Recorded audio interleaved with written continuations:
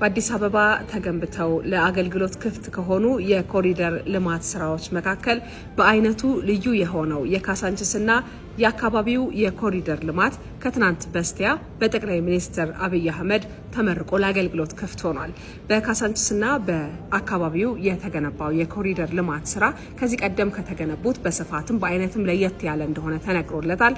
1000 ሄክታር አካባቢ የሚሸፍን መሰረተ ልማት የተገነባለት ስፍራ ነው። በዚህ ስፍራ 81.9 ኪሎ ሜትር የእግረኛ መንገድ በተጨማሪም ወደ 21 ኪሎ ሜትር የሚጠጋ የብስክሌት መንገድም ተገንብቶ ለአገልግሎት ክፍት ሆኗል። የህፃናት መጫወቻ ስፍራዎች፣ መዝናኛ ቦታዎች፣ የአገልግሎት መስጫ ሱቆችም ክፍት የሆኑበት ቦታ ነው። በዚህ ስፍራ ላይ የት ያለው ደግሞ 105 የሚጠጉ ሱቆች ተገንብተው ከስፍራው ከአካባቢው ለተነሱ የልማት ተነሺዎች ከዚህ ቀደም ሱቅ ለነበራቸው ነዋሪዎች ተሰጥተው አገልግሎት እየሰጡባቸው ይገኛሉ።